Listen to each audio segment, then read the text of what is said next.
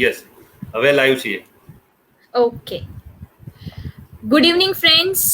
Welcome to Millennium Makers web series. आज हम जो टॉपिक पे डिस्कस करने वाले हैं वो है कैंपस टू कॉर्पोरेट. बहुत सारे लोगों के मन में ये ख्याल आया होगा कि कैंपस टू कॉर्पोरेट है क्या, कैसे होगा डील, क्या होगा, क्या कंटेंट होगा. तो उससे पहले let me introduce my self. I am स्तुति वडालिया. I have an experience of 9 years in education sector at the corporate level. मैं एक सॉफ्ट स्किल ट्रेनर हूँ एंड इसके अलावा मैं एक करियर काउंसलर हूँ और मैं एक रिक्रूटर भी हूँ. तो मुझे दोनों साइड के एरियाज पता है कि स्टूडेंट्स को क्या फेस होता है, क्या प्रॉब्लम्स फेस होते हैं. Eight the same time recruiters क्या चाहते हैं, रिक्रूटर्स के दिमाग में क्या होता है, उनकी क्या एक्सपेक्टेशंस होती है. सो आज मैं ये जो ब्रिज है वो ब्रिज को पूरा करने का काम करने वाली हूँ. So before we start the session of campus to corporate, I want to share one instance. अभी कुछ दिन पहले ही मैंने एक गुजराती मूवी देखा है, गौड़ कैरी.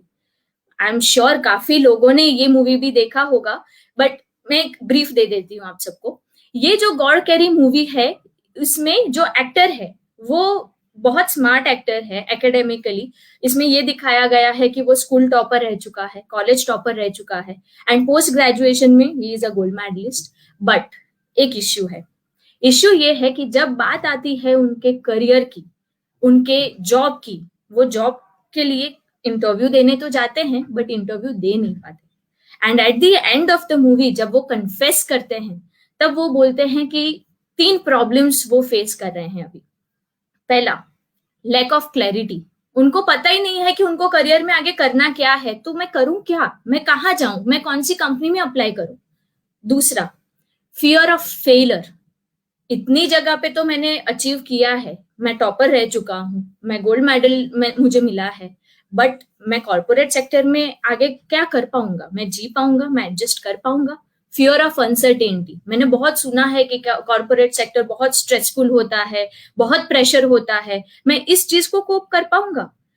ये 3 जो प्रॉब्लम्स उन्होंने लास्ट में जो कन्फेस किए, उसके बाद मैंने विशाल सर को बोला कि I think campus to corporate एक ऐसा टॉपिक है जो हमें लेना चाहिए, ताकि जो हमारे स्टूडेंट्स हैं और जो हमारे रिक्रूटर्स हैं वो दोनों समझ पाए कि कहाँ पे क्या इश्यूज आ रहे हैं एंड इस कैंपस टू कॉर्पोरेट का जो ट्रांजिशन है वो हम कैसे स्मूथ कर पाए. तो अब ये क्यों ये ट्रांजिशन में प्रॉब्लम आता है, तो कैंपस क्या है, कॉलेज कैंपस, स्कूल कैंपस, वो है क्या. बिंदास लाइफ, फ्रेंड्स जो हमने सिलेक्ट किए हैं, फ्रीक्वेंसी जिनसे हमारी बेस्ट मैच होती है, घूमते हैं, फिरते हैं, मस्ती करते हैं, पॉकेट मनी मिल जाता है तो कोई टेंशन नहीं है, राइट. एंड इसके अलावा रिस्पॉन्सिबिलिटी कोई है नहीं. एक्सपेक्टेशन बहुत क्लियर है हमारे पेरेंट्स की, हमारे प्रोफेसर्स की, कि आपको एकेडमिकली अच्छा परफॉर्म करना है. बट बात करते हैं जब कॉर्पोरेट की, हाँ स्ट्रेस प्रेशर है बट उसके साथ मस्ती मजाक बहुत ज्यादा है. एक और चीज प्रॉब्लमेटिक है, वो है कलीग्स. हम डिफाइन नहीं करते, हम सिलेक्ट नहीं करते, वो हमें मिलते हैं. कुछ कलीग्स ऐसे होंगे जो हमारे पूरी जो हमारी कॉर्पोरेट लाइफ होंगी उसमें हमारे फ्रेंड्स बन जाएंगे, और कुछ होंगे जिनसे फ्रीक्वेंसी मैच नहीं होगी तो उससे एडजस्ट करना पड़ता है. But at the same time because salary मिल रही है तो कंपटीशन है, हमारे कलीग्स के साथ ही कंपटीशन है, तो हमें टीम वर्क तो करना है but at the same time अपने आप को प्रूव करना है. रिस्पॉन्सिबिलिटी है क्योंकि सैलरी मिलती है, तो अकाउंटेबिलिटी होनी चाहिए, डेडलाइंस होगी, प्रोजेक्ट्स होंगे. तो इन सबको अब जैसे ये टेंशन फ्री हमारी जो कैंपस लाइफ थी, उसमें से एक रिस्पॉन्सिबल कॉर्पोरेट लाइफ की जो जर्नी है उसको हम कितना स्मूथ कर सकते हैं, उस पे आज हम बात करने वाले हैं. तो ये जो पूरी जर्नी है, जो ट्रांजिशन है, उसको मैंने 3 फेजेस में डिवाइड किया है फॉर बेटर अंडरस्टैंडिंग.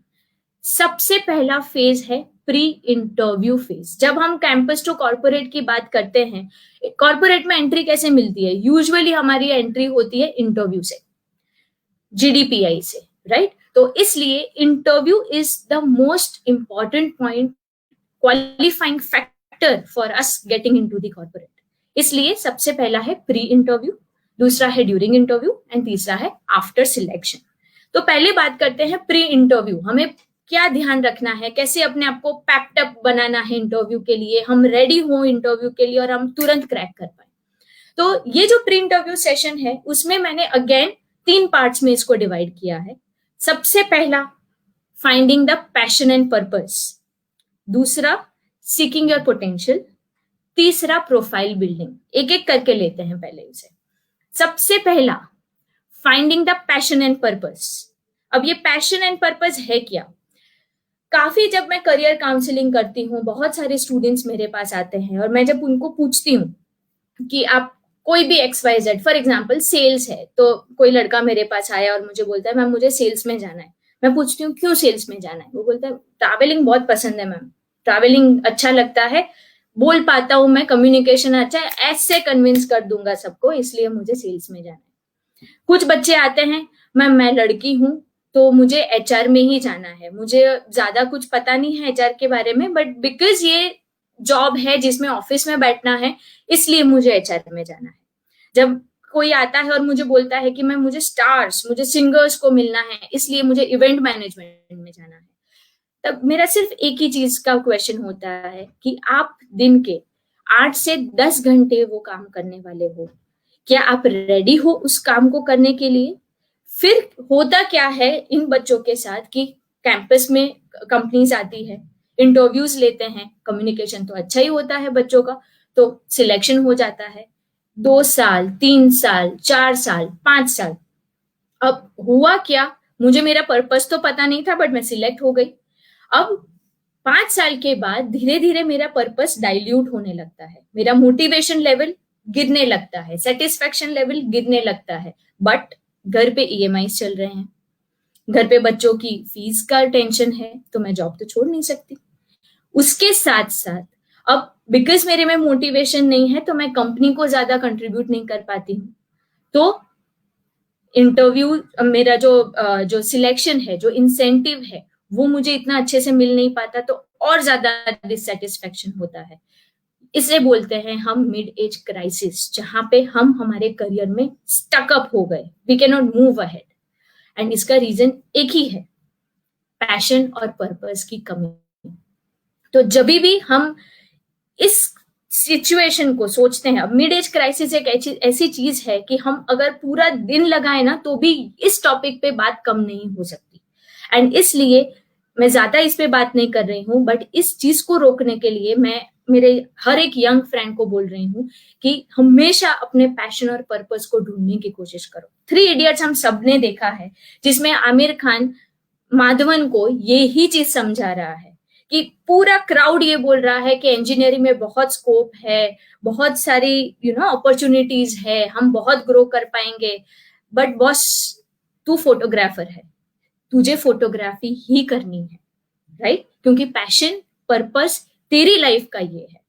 सो हमेशा ये जरूरी नहीं है कि हम कोई एक चीज पे डिसाइड करें कि नहीं मुझे यही करना है और मुझे बाकी कुछ सोचना ही नहीं है। No, I am not saying that, I am saying explore the options. देखो कि और क्या क्या करियर ऑप्शंस हैं मेरे पास, ABCD प्लान्स डिसाइड करो एंड उसके ऊपर काम करना शुरू करो। एक डेस्टिनेशन तो डिसाइड करो, एंड उसके बाद जब अपने फ्रेंड्स के साथ बात करो, अपने प्रोफेसर्स के साथ बात करो, अपने पेरेंट्स से बात करो, अपने आप से बात करो, अपने आप को टाइम दो and understand why do you want to select a particular career.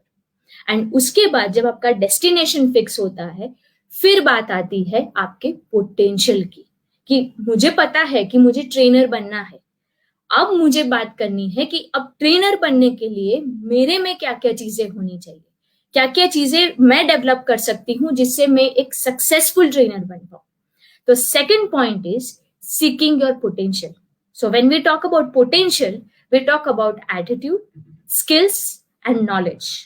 Reverse में इसको पहले लेते हैं, knowledge. What is knowledge? Knowledge is जो हम हमारे कैंपस में पढ़ते हैं, हमारी बुक्स, हमारा एकेडमिक्स। इस चीज को नजरअंदाज कभी नहीं करना है। हाँ, मैं ये नहीं बोल रही हूं कि हमें टॉपर बनना है, नहीं, but what I am saying is कि जितना भी हम पढ़ते हैं वो 100% पढ़े, ताकि हमारा जो डेस्टिनेशन है उसमें वो हमारी मदद करे। Second, skills. स्किल्स का प्रॉब्लम ये है कि हम काफी बार ये सोचते हैं कि यार मुझे ट्रेनर तो बनना है, मुझे काउंसलिंग में जाना है, बट मैं बहुत इंट्रोवर्ट किस्म का पर्सन हूँ, मैं बोल नहीं पाता, मैं किसी से ज्यादा इंटरेक्ट नहीं कर पाता। जरूरी नहीं है कि स्किल्स हमारे अंदर ही हो, इनबिल्ट हो। We can develop the skills, we can develop the knowledge. तो स्किल्स एंड नॉलेज ये दो ऐसी चीजें हैं कि जो हम थर्ड पार्टी या थर्ड पर्सन, जैसे मिलेनियम मेकर्स हैं, तो मिलेनियम मेकर्स में दोनों चीजें, employability skills in whole, knowledge and skills, दोनों को सिखाया जाता है, दोनों को पॉलिश किया जाता है। तो इस तरह से हम कोई भी थर्ड पार्टी को अपॉइंट कर सकते हैं, उनका गाइडेंस ले सकते हैं, और हम हमारी स्किल्स और नॉलेज को पॉलिश कर सकते हैं। एट द सेम टाइम काफी बार मैंने ये देखा है कि स्टूडेंट्स बोलते हैं कि मैम मैं तो एमबीए हूँ, मैं तो इतना सारा अच्छा मैंने पढ़ाई की हुई है, मैं एग्जीक्यूटिव रोल नहीं करूंगी, मैं तो एक्सपेक्ट करती हूँ कि मुझे मैनेजरियल रोल ही मिले। माय फ्रेंड्स, वन थिंग, धूल और धूप, ये दो चीज जब तक लगेगी नहीं ना, तब तक पॉलिश नहीं आने वाली है, स्किल्स डेवलप नहीं हो सकती है। सो कभी भी ये चीज मत सोचो कि ये मेरे प्रोफाइल या मेरा जो डेस्टिनेशन था उसके लिए तो ये बहुत छोटी जॉब है। नहीं, जब मेरे करियर में मैंने जब शुरुआत की थी, मेरे जो मेंटर थे, मेरे प्रोफेसर थे, उन्होंने मुझे एक चीज बताई थी। उन्होंने मुझे पूछा कि तुझे करना क्या है। मैंने बोला बहुत क्लियरली, मेरा विजन बहुत क्लियर था, मुझे एजुकेशन सेक्टर में ही जाना है, मुझे उसमें ही आगे बढ़ना है। और मेरे सर ने बोला तू एक काम कर, तेरी इंटर्नशिप है ना, तू टायर में कर। एंड आई वाज शॉक्ड, मुझे लगा कि ये सर क्या बोल क्या रहे हैं। एंड तब उन्होंने बोला कि तू इंटर्नशिप खत्म करके मेरे पास आना, तब हम बात करेंगे। इंटर्नशिप ली मैंने। मैं अहमदाबाद में सोनीनी, चाल, रखियाल, अगर काफी लोगों को पता होगा तो वो बहुत ही बैकवर्ड और बहुत ही पॉल्यूटेड वाले एरियाज हैं जहां पे मैं गई थी। सरखेज एरिया में मैं गई, वहां पे पेट्रोल पंप पे मैंने कैनोपी लगा के टायर्स बेचे हैं। तो और जब 2 महीने के बाद मेरी मम्मी ने मुझे इंटर्नशिप के बाद देखा तो वो एक्चुअली पहचान भी नहीं सकती थी, मैं उतनी टैन हो चुकी थी। बट वो टैनिंग के पीछे जो लर्निंग मुझे मिली, किस तरह से इंसान को कन्विंस करना है, किस तरह से हमें हम्बल रहना है, किस तरह से हम सामने वाले को पहचान सकते हैं, उनके दिमाग में क्या चल रहा है वो जान सकते हैं, ये जो कुछ लर्निंग हुई ना, वो शायद कॉन्शियसली नहीं हुई, बट सबकॉन्शियसली मैंने बहुत कुछ सीखा। एंड आज मैं अपने उन प्रोफेसर्स को थैंक करना चाहती हूँ कि उनकी वजह से जो आज मैं जिस मुकाम पे पहुंची हूँ, मैं जल्दी पहुंच गई, वरना मुझे बहुत टाइम लगता। राइट? सो कभी भी ये चीज मत सोचो कि एचआर में जाना है बट मैं कॉलिंग नहीं करूंगी, सेल्स में जाना है बट मैं सेलिंग नहीं करूंगा। पॉसिबल नहीं है, कुछ चीजें हैं। अब एक ही एग्जाम्पल लेते हैं, मुझे मुंबई जाना है, मुंबई के लिए मेरे कौन कौन से रास्ते हैं? या तो मैं कार से जा सकती हूँ, मैं बस से जा सकती हूँ, ट्रेन से जा सकती हूँ, या मैं फ्लाइट ले सकती हूँ। इन सभी रास्तों के लिए मुझे अपने घर से तो निकलना है, right? I have to take a step outside. ये कब पॉसिबल है? जब मैं तैयार होकर वहां निकली। अब कार, ट्रेन, बस, फ्लाइट, इन सब के लिए मुझे ये जानना है कि फ्लाइट होगी तो मैं 2 घंटे में पहुंच जाऊंगी। दैट मीन्स मुझे कितना सामान लेना है, क्योंकि फ्लाइट में तो सामान की भी अपनी लिमिटेशन होती है। कार होगी तो मुझे पेट्रोल का दिक्कत रहेगा, मुझे अपनी स्टेपनी वो सब कुछ चेक करना पड़ेगा, रास्ते में पंचर हो गया तो। मैं अगर बस ले रही हूँ तो मुझे सामान ज्यादा लेना पड़ेगा, प्लस ओवरनाइट जर्नी होगी तो मैं अपने आप को वेल इक्विप्ड रखूंगी, मच्छर वच्छर काट ना ले, वो सब कुछ। ट्रेन होगी तो मैं उस तरह से रेडी रखूंगी अपने आप को। तो हर एक, हमने रास्ता, डेस्टिनेशन फिक्स हो गई, हमारा पर्पस डिफाइन हो गया। अब हमें इन 4 जो हमारे प्लान्स बनाए हैं, उनकी स्किल्स, उनका नॉलेज वो इकट्ठा करना है। और वो इकट्ठा करने के बाद हमें आगे अपने आप को डेवलप करना है, राइट? तो जैसे क्रिकेटर है तो क्रिकेटर सचिन तेंदुलकर ने क्रिकेट की प्रैक्टिस की। जर्नलिस्ट है तो जर्नलिस्ट के पास एक अच्छी नॉलेज तो होनी चाहिए, बट उसके साथ ऑब्जर्वेशन स्किल्स, वो सब कुछ भी होना चाहिए। सो हमें पहले ये डिफाइन करना है कि ये मेरा डेस्टिनेशन है, मुझे कौन से रास्ते में से एक सिलेक्ट करना है। लिमिट नहीं करना है अपने आप को एक रास्ते में, बट अपने आप को प्रोज एंड कॉन्स के साथ रेडी करना है। एंड देन हमें उस सभी प्लान्स के ऊपर काम करना है। नाउ द थर्ड पॉइंट, अगर हमने डिफाइन कर लिया है कि मेरा ये पैशन है, मेरा ये पर्पस है, मैं रेडी हूं अपने पोटेंशियल के साथ, अपने स्किल्स और अपने नॉलेज के साथ, तो एडवर्टाइज भी करना पड़ेगा। पार्थ सर ने जब अपने पहले एक टॉक में बोला था कि selling is a day to day practice, हम हर जगह अपने आप को सेल करते हैं, हम हर एक मोमेंट पे अपने आप को सेल करते हैं। राइट फ्रॉम मम्मी आज पराठे नहीं खाने हैं, पास्ता खाना है, वहां से लेकर बड़े बड़े डिसीजंस तक हम हर रोज सेलिंग करते आए हैं। राइट, सो कोई भी एडवर्टीजमेंट है, जब तक हम कन्विंस नहीं होते, हम उसका पैकेजिंग नहीं देखते उस प्रोडक्ट का, हम देखते नहीं कि अच्छा ये प्रोडक्ट का एम्बेसडर अमिताभ बच्चन है, एडवर्टीजमेंट भी बहुत अच्छी बनाई है, तब तक हम नहीं सोचेंगे कि हमें ये प्रोडक्ट चाहिए। यही चीज है प्रोफाइल बिल्डिंग की। Our profile, resume, CV is nothing else but our advertisement, because हम जब नहीं पहुंचते हैं एचआर के पास, उससे पहले हमारा रेज्यूमे, हमारा सीवी पहुंच जाता है। एंड इसलिए resume writing is very very important. इसमें क्या ऐड करना है, क्या एक्सक्लूड करना है, क्या कंटेंट होना चाहिए, क्या हाइलाइट्स होनी चाहिए, वो बहुत इंपॉर्टेंट है। क्यों? क्योंकि इस चीज से रिक्रूटर को पता चलेगा कि उनकी वहां पे जो वैकेंसी है, वहां उस पोस्ट पे आप कितने फिट होते हो। तो जब ये एडवर्टाइजमेंट अट्रैक्टिव होगी, जब आपकी नीड उसमें फुलफिल होगी, तब सामने वाला एचआर बोलेगा इस प्रोडक्ट को टेस्ट करनी चाहिए, and that is how you will be getting the call for the interview. Right, so हमारा जो फर्स्ट फेज है, प्री इंटरव्यू फेज, वो यहाँ पे कंप्लीट होता है जब हमने हमारा पर्पस ढूंढ लिया है, हमने उनके प्रोबेबल रास्ते ढूंढ लिए हैं, उन प्रोबेबल रास्तों के लिए हमने स्किल्स और नॉलेज डिफाइन कर लिया है, और ये पैशन, ये स्किल्स, ये नॉलेज हमने अच्छे से एक एडवर्टीजमेंट बना के, एक सीवी, एक रेज्यूमे बना के हमने एचआर को सबमिट किया है, और उनको हमारे पोटेंशियल पे इंटरेस्ट जगाया है। राइट, तो जब ये कंप्लीट होता है, तब हम जाते हैं अपने सेकंड फेज पे, जो कि है ड्यूरिंग द इंटरव्यू हमें क्या करना है। अब बात आती है कि इंटरव्यू के दौरान क्या करना है। जब रिक्रूटमेंट के लिए कोई भी इंटरव्यूअर बैठा है, तो सबसे पहली चीज मैं ये बोलना चाहती हूँ कि इंटरव्यू का जो खौफ आ गया है सब में कि इंटरव्यू मतलब ओ शिट, मैं क्या करूंगी, मैं किस तरह हैंडल करूंगी, मैं ये आंसर्स को कैसे बताऊंगी, अगर मुझे आंसर नहीं आया तो, अगर सामने वाले सर ने कुछ ऐसा पूछ लिया जो मुझे पता ही नहीं है तो, ये जो क्वेश्चंस है ना, पहले तो सब दिमाग से हटा दो। रीजन इज कि रिक्रूटमेंट एक ऐसी प्रोसेस है कि हम रिक्रूटर्स को भी प्रेशर होता है। प्रेशर ये होता है कि हमें भी कैंडिडेट्स चाहिए। हमारा मोटो ये नहीं है कि हम आपको रिजेक्ट करें, हमारा मोटो ये है कि हम एक राइट कैंडिडेट को हायर करें।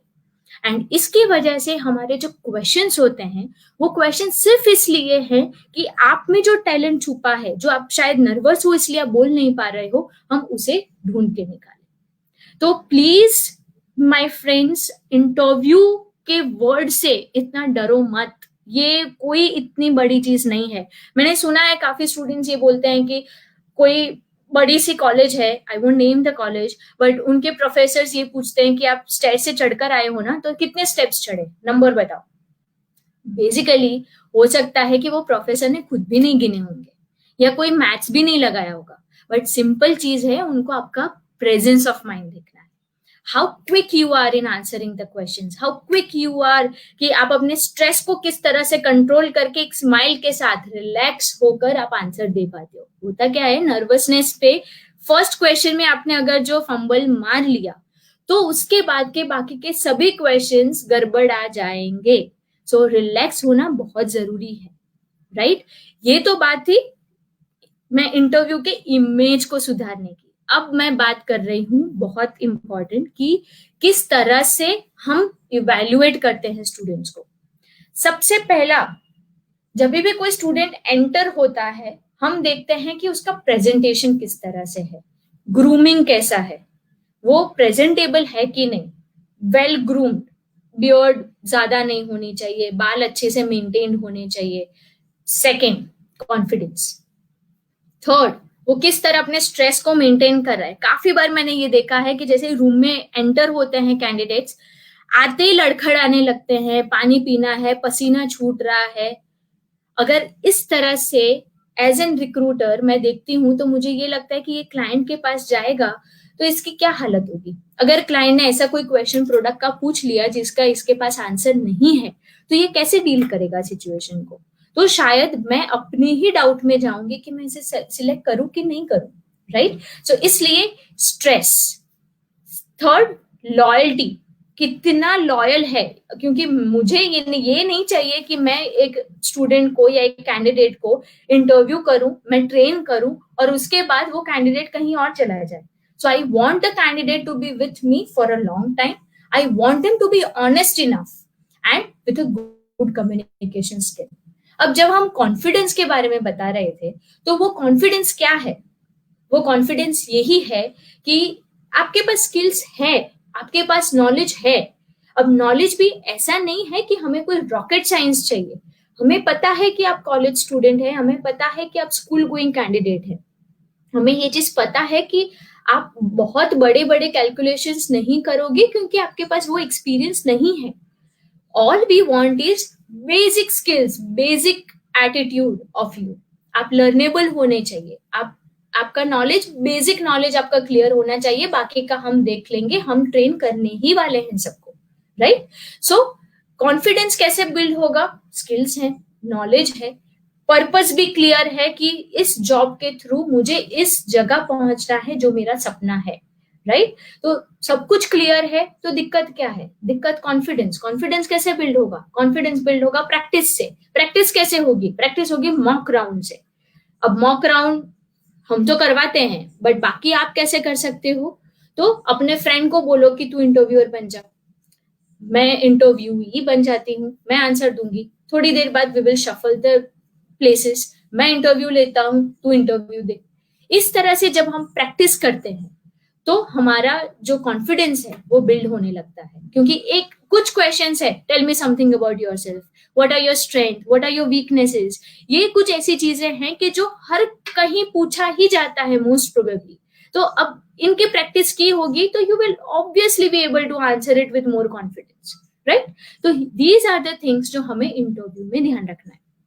तो स्माइलिंग फेस के साथ, रिलैक्स होके, प्रेजेंस ऑफ माइंड के साथ आपने क्वेश्चंस के आंसर दिए हैं। अगर कुछ नहीं भी आया है तो इट्स ओके, जरूरी नहीं है आपको हर चीज का आंसर आए, but it is about how lightly, how casually, how simply you are taking it, right. And the third phase, so इसके बाद अगर आप ये कंप्लीट कर सकते हो तो ऑब्वियसली सिलेक्शन बनता है, क्योंकि you are committed, you are passionate, you are honest and you have all that is required. So अब सिलेक्शन के बाद आपको क्या ध्यान रखना है? सिलेक्शन के बाद बहुत सारी चीजें हैं कि जो मुझे शेयर करनी थी, but we have short of time, तो इसलिए मैं कुछ चीजें एक स्टोरी के जरिए आपको बताना चाहती हूँ। स्कल्प्टर, शिल्पकार जिसे हम बोलते हैं, उसकी एक कहानी है। एक शिल्पकार एक अच्छी सी मूर्ति बना रहा था अपने फुल कमिटमेंट के साथ, स्माइल के साथ। उसे आसपास का कोई लेना देना नहीं है, पूरा उसमें एंग्रॉस्ड है और वो मूर्ति बनाए जा रहा था। एक आदमी आया पीछे से और उसने देखा कि ये शिल्पकार बहुत अच्छी मूर्ति बना रहा था, बट उसकी नजर फिर गई कि वो उसी मूर्ति की जैसी सेम हूबहू मूर्ति बगल में है। तो उसने बोला कि ये दो तीन मूर्तियां आप एक जैसे क्यों बना रहे हो? तो उन्होंने बोला कि दो तीन मूर्ति नहीं है, ये एक मूर्ति है, वैसे ही मैं ये दूसरी मूर्ति बना रहा हूँ। तो उसने बोला कि उसका रीजन?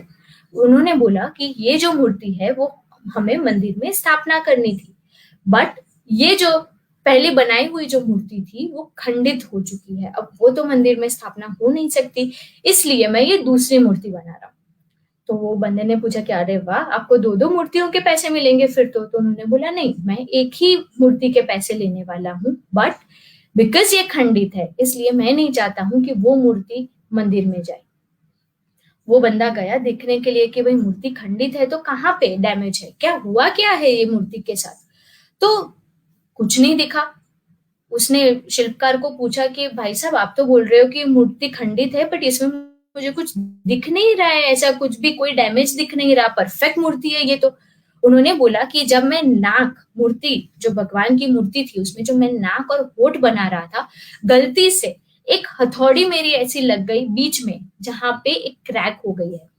बंदे ने बोला अच्छा, फिर वो देखा उसने एकदम ध्यान से कि हाँ क्रैक तो है बट बहुत बारीक छोटी सी क्रैक है। उसने बोला भाई साहब क्या फर्क पड़ता है, 8 फीट ऊपर आपको ये मूर्ति प्लेस करनी है तो फिर क्या फर्क है, ये क्रैक तो वैसे मुझे अभी इतने दूर से भी नहीं दिख रही है तो इतने दूर तो कहाँ दिखने वाली है। तब वो शिल्पकार ने जो आंसर दिया वो था कि आपको ये दिखे कि नहीं दिखे, किसी और को ये दिखे कि नहीं दिखे, बट मेरा काम था इस मूर्ति को 100% बनाना। मेरा पर्पस था, मेरा पैशन है इस मूर्ति को 100% ऐसे बनाना कि जो कोई ये मंदिर में आता है उसकी आंखें बस वो मूर्ति को देखनी चाहिए। हुआ क्या, ये खंडित हो गई। तो मेरा जॉब सेटिस्फेक्शन लेवल क्या है, 100% तो नहीं है, और मैं ये चीज नहीं चला सकता। मैं मेरी स्किल्स मेरी नॉलेज यूज कर रहा हूं, बट अगर मैं 100% नहीं कर रहा हूं तो मैं अपने पर्पस के पास नहीं हूं, और इसलिए ये मैं दूसरी मूर्ति बना रहा हूं। So that means whatever you are doing, give your 100%. Whenever you are doing, give your 100%, and I'm sure you will lead to success faster than others. Right अब कुछ टाइम बीत गया, वो शिल्पकार के वहां उनका भी एक बेटा था, वो भी धीरे धीरे बड़ा हो रहा था, फैमिली बिजनेस है तो वो भी शिल्पकार बनने वाला था। हर थोड़े दिन में वो एक नई नई मूर्ति बना के आता था और अपने पापा को दिखाता था, पापा देखो मैंने ये मूर्ति बनाई है। उसके पापा बड़े खुश हो जाते थे, वेरी गुड बेटा, बट आज ये नाक में थोड़ा सा, नाक के ऊपर थोड़ा सा काम कर मूर्ति के, बाकी बहुत अच्छी है। वो जाता था वापस कुछ काम करके आता था, वापस कुछ दिनों बाद वापस आता था, पापा देखो मैंने वो चेंजेस भी कर लिए, मैंने नई मूर्ति बनाई है जैसे आपने बताया था, अब बताओ कैसी है। वेरी नाइस बेटा, बट कान में थोड़ा सा स्मूथ फिनिशिंग नहीं आ रहा है, उस पर थोड़ा सा काम कर, हो जाएगा। वापस वो जाता था, धीरे धीरे वो सोचता था यार पापा को तो कभी सेटिस्फेक्शन होता ही नहीं है, क्या प्रॉब्लम है उनके। और फिर कुछ दिन ऐसे ही बीत गए, दोनों पापा और बेटा दोनों जा रहे थे समुद्र किनारे शाम को वॉक लेने के लिए, और वहां पापा की नजर पड़ी एक मूर्ति पे और वो बोल उठे वाओ क्या मूर्ति है ये। और वो बेटा एकदम उछल के आया, पापा देखा ये मैंने बनाई है। और वहां उसके पापा उदास हो गए, उन्होंने बोला कि बेटा यहाँ तेरा ग्रोथ अटक गया। क्यों? क्योंकि अब तुझे लगता है और तेरे दिमाग में आ गया है कि यू हैव रीच्ड 100%, अब यहाँ इम्प्रोवाइजेशन का कोई स्कोप नहीं है। When you feel that you have reached 100% the ceiling and there is no way you can improvise more, your growth is stagnant, खत्म हो गया। और यही नहीं करना है हमें।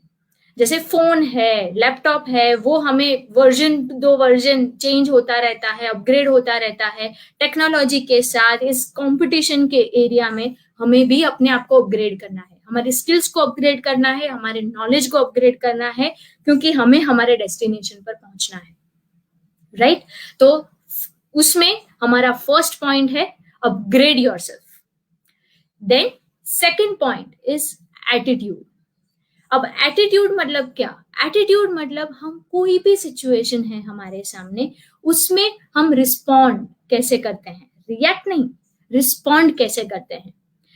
एक इंसिडेंस मैं बताती हूँ, अभी रिसेंट इंसिडेंस है, उसको हम देखते हैं एक थर्ड पार्टी नजरिए से। राइट हुआ ये, मेरा फोन काम नहीं कर रहा था, इनकमिंग आउटगोइंग सब कुछ बंद हो गया था।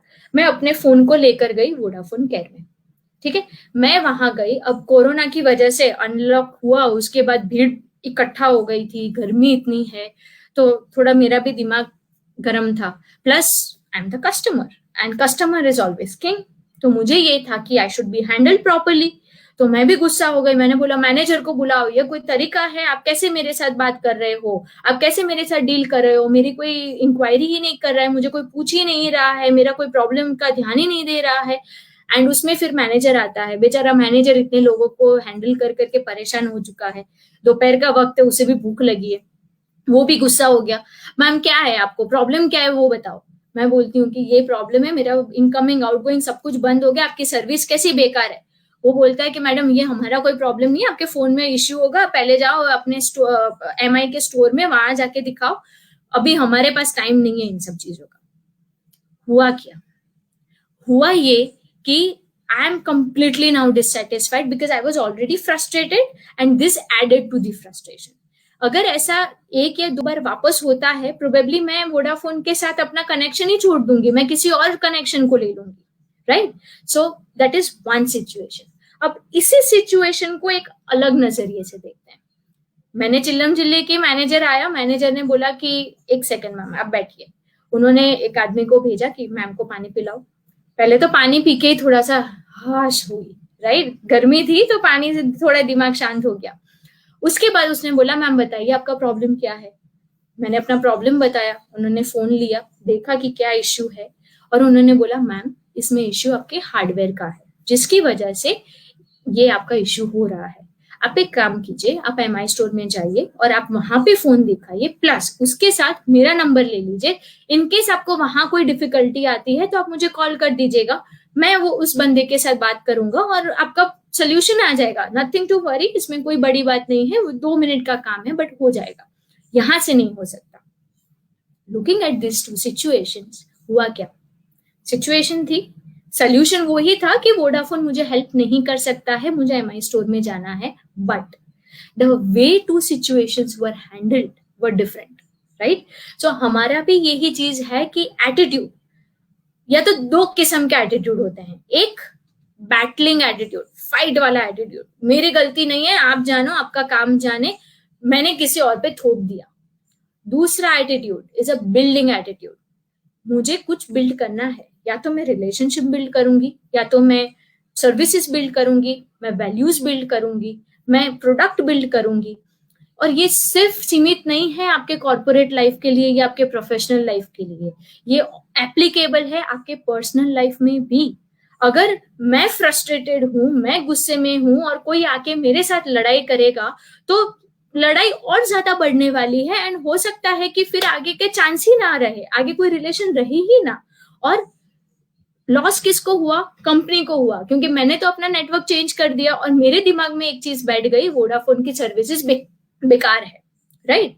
बट इसी सामने जो दूसरे केस में बिल्डिंग एटीट्यूड वाला जो मैनेजर था, जिसने शांति से मेरे साथ बात की, शांति से काम किया, सोल्यूशन तो वो दे ही नहीं पाने वाला था, बट उसने मेरे प्रॉब्लम को सुना. See basically 80% of the problems can be solve only by listening to the problem, right? So ये जो बिल्डिंग वाला एटीट्यूड है वो हमेशा काम करेगा. एंड मैं तो वोडाफोन के साथ कंटिन्यू करूंगी, बट जब भी कोई क्वेरी हुई और कोई मुझे बोलता है यार वोडाफोन की सर्विस बेकार है, मैं बोलूंगी नहीं, अगर आपको दिक्कत है ना, ये वाले वोडाफोन केयर में जाना, वहां पे ये मैनेजर बहुत अच्छा है, वो आपका प्रॉब्लम सॉल्व कर देगा, right? So this is what you build, this is what you create, and हमेशा इसीलिए बिल्डिंग एटीट्यूड होना चाहिए, right? Now when I am saying building an attitude is also maintaining it. That is why what I say is networking. हम जब भी हमारे corporate sector में enter होते हैं, हमेशा एक चीज याद रखना, networking is very important. Networking is going to pay you a lot positively, right? आज मैंने जब अपने करियर में जब फर्स्ट जॉब ली थी, उसमें मेरे जो हेड थे, मेरे जो सर थे, मैं आज भी मेरे लाइफ में कोई भी इश्यू आता है वर्क को लेकर या कहीं पे भी, मैं सर को फोन करती हूँ और उनको बोलती हूँ कि सर मुझे गाइड करो ना प्लीज. वो उतने ही एंथुजियाज्म के साथ मुझे गाइड करते हैं. एंड जितने भी मेरे लाइफ में प्रोग्रेस हुए हैं वो उनके भी नेटवर्क से हुए हैं और कुछ मेरे खुद के भी नेटवर्क से हुए हैं. मेरे जो पहले के क्लाइंट्स हैं उनके साथ भी आज मेरा रिलेशन ऐसा है कि वो खुद कभी भी मुझे फोन करके बोल सकते हैं कि श्रुति आज ये काम है मेरा, प्लीज कर देना. एंड मुझे भी पता है कि मुझे उनसे कुछ काम होगा तो भी बहुत इजीली हो जाएगा. So this is the treasure that you have when you work in a corporate. Networking is the key. Maintain the network, build your network as much as you can. And सामने वाले को एक profit के नजरिए से मत देखो, सामने देखो कि उस इंसान के पास खुद के पास कितना एक्सपीरियंस है, and try to learn from that experience. And last but not the least is healthy mind and healthy body. See, बहुत सारी एडवर्सिटीज आएगी लाइफ में, क्योंकि लाइफ बहुत लंबी है, तो उसमें उतार चढ़ाव सब आने वाले हैं. डेस्टिनेशन मुंबई तक का है, हम अगर गाड़ी से जा रहे हैं, इवन ट्रेन से जा रहे हैं, हो सकता है बीच में कुछ खराब हुआ, कुछ हुआ, हमें अटकना पड़े, बट वो अटकना इज टेम्पररी। उससे हमें हार नहीं माननी है, हमें उसके आगे हमारे डेस्टिनेशन तक पहुंचना है, वो क्लैरिटी के साथ बढ़ना है, राइट?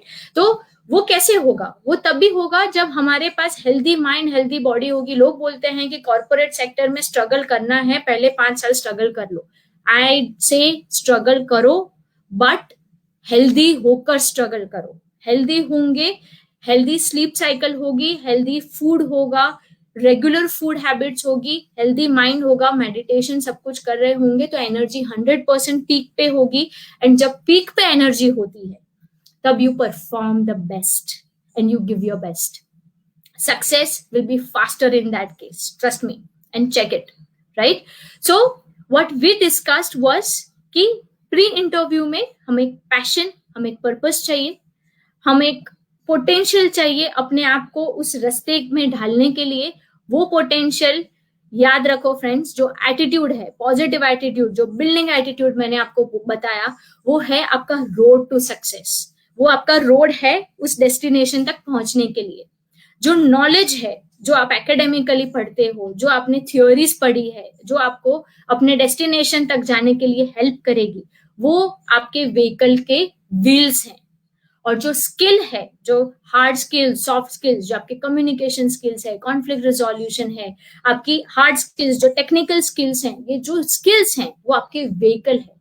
अगर व्हीकल और व्हील दोनों स्मूथ होंगे और आपका रास्ता स्मूथ होगा, फटाफट सक्सेस मिलेगी, राइट? तो now I am here to help you with your any queries, any questions that you have. कहीं पे भी आपके करियर रिलेटेड क्वेश्चंस हो या आपके स्किल्स रिलेटेड कोई क्वेश्चन हो, आप पूछ सकते हैं and you can get in touch with me. I will wait for few seconds. I'm putting my number also. I'm putting my email ID. So कहीं पे भी कोई क्वेश्चन होता है, आप मुझे फोन करके पूछ सकते हैं 1-on-1, आप मुझे मेल कर सकते हैं, and I'll be very happy to help you out.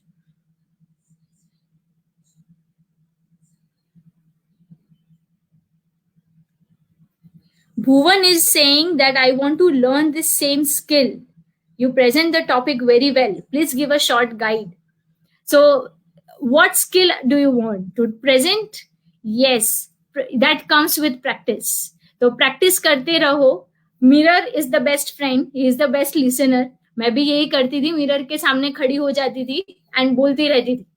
I used to check my body language. I used to check my flow.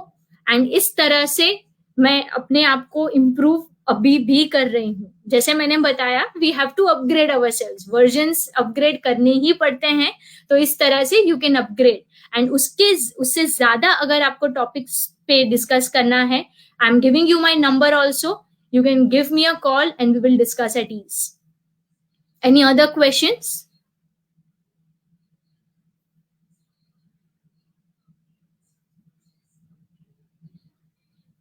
How to be tough and how to be confident even in tough situation. As I said, remember why you started that particular thing. जैसे मेरे पास destination fix है, मैंने सोच लिया है कि मुझे trainer ही बनना है, मुझे किसी की लाइफ में चेंज लाना ही है. अगर मैं कहीं पे भी फॉल बैक होती हूँ, मैं कहीं पे भी डिप्रेस होती हूँ, मैं हमेशा ये याद रखती हूँ कि मैंने ये शुरू क्यों किया था, ये शुरुआत क्यों हुई. और अगर ये चीज आप ध्यान रखोगे, you can fight that situation. See, no situation is that tough कि आप उसे फाइट ना कर पाओ. थोड़ा सा पेशेंस रखो, थोड़ा सा टाइम दो, टाइम के साथ things melt down. So don't worry, कोई भी टफ सिचुएशन है, we are there to help you. You can give us a call any time and will help you.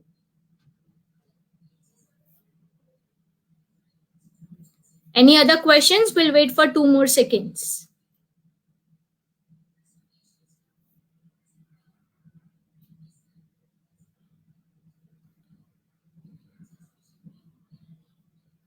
Okay, so I think we should be ending the session now. I hope you liked the session. I thank the team of Millennium Makers for their technical and for their entire support. And thank you so much. Hope you had a great time with me in this session. I would like to conclude the session. Thank you so much. Good evening.